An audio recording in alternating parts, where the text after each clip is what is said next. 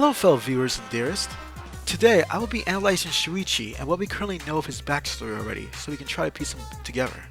I hope you enjoy.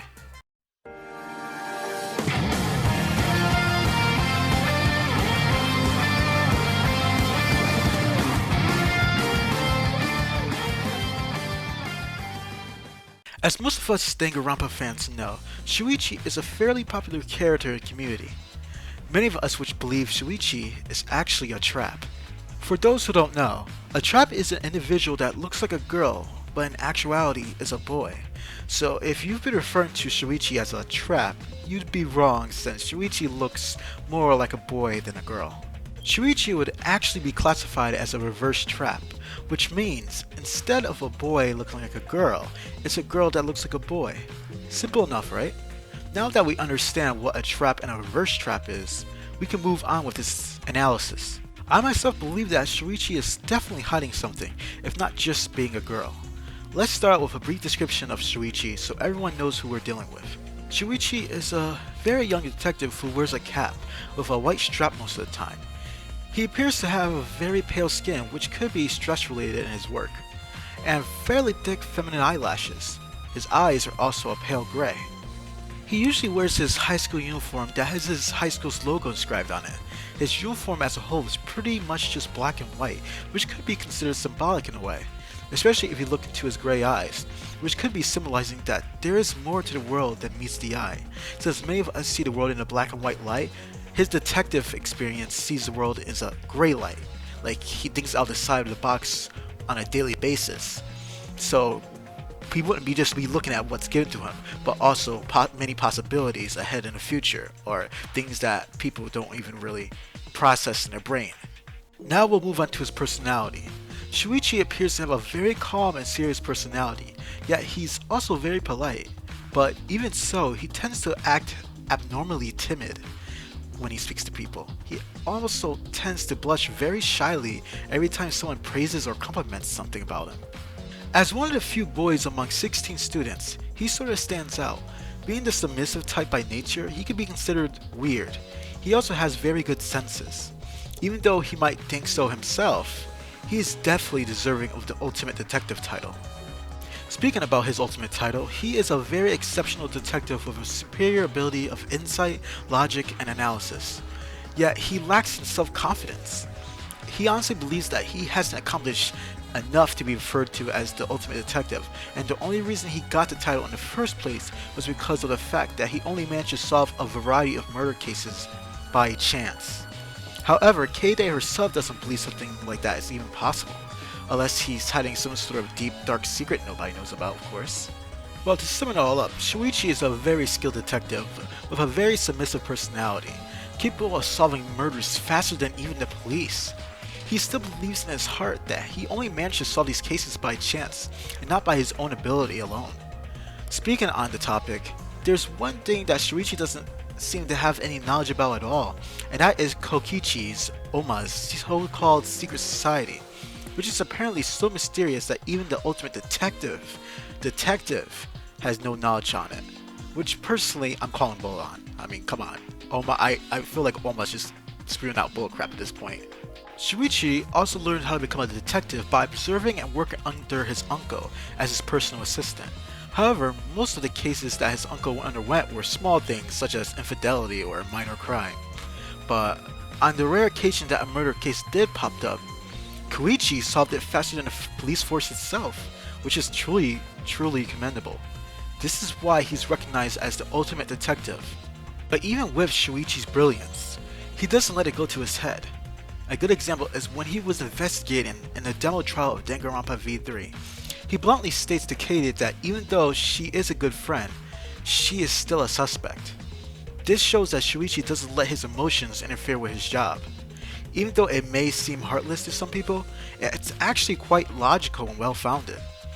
We can also tell from this that Shuichi doesn't have a massive ego like many other Danganronpa characters over the course of its history, which makes him a very special character indeed. But the question remains, is Koichi a girl? I may or may not do a theory on that if I could find some sort of evidence to back it up, but that's very unlikely. Even though he may look like a girl, he doesn't mean that he is a girl. I mean, literally, the guy behind Danganronpa could be just trolling us this time. He's like, oh lol, you guys thought Chihiro was a girl and he was actually a guy. Now we're gonna give a guy that looks like a girl, but this time we'll actually make him a guy that just looks like a girl, just to mess with your head a little bit, you know? Get wrecked. But in all honesty, for this theory, I think we'll honestly have to wait until the game releases. Also, another thing I noticed is how similar these two look. I bet you're wondering who the girl on the left is, correct? Her name is Yu Samidare, from Danganronpa novel Kirigiri. She is the protagonist of said novel and is a detective herself. I don't think they have any sort of connection between each other, but I keep getting this weird feeling, you know, just this weird hunch. They definitely aren't the same person, of course. Maybe a cousin or a sibling of some kind? I don't really know. Tell me what you guys think about that below.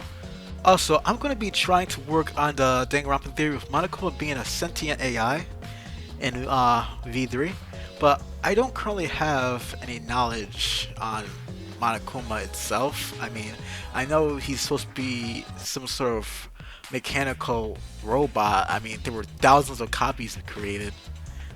But that was just in a Neo World program, and that actually really wasn't real. Like, there weren't legitimately 1,000 Monokumas, I don't think.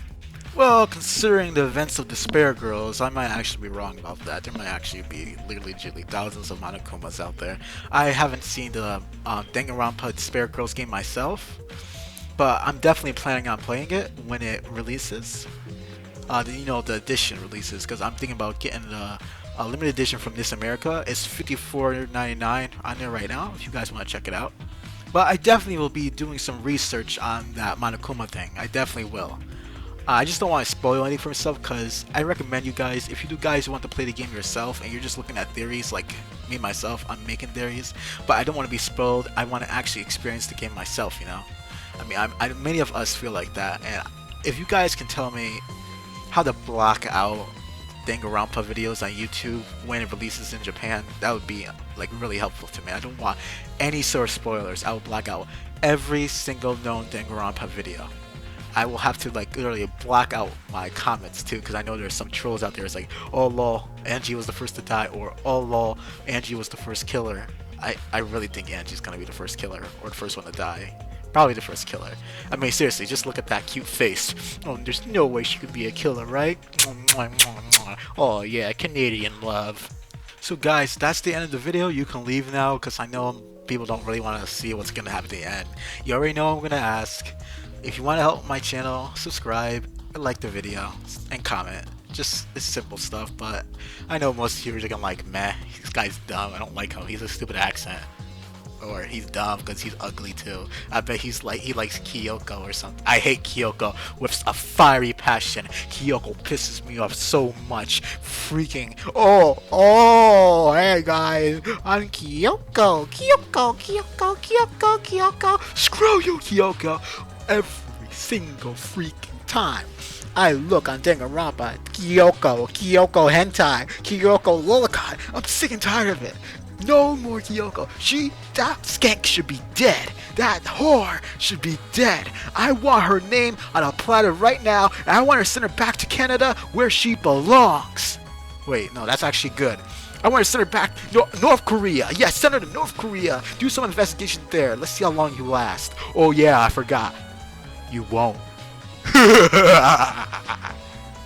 Well, anyway.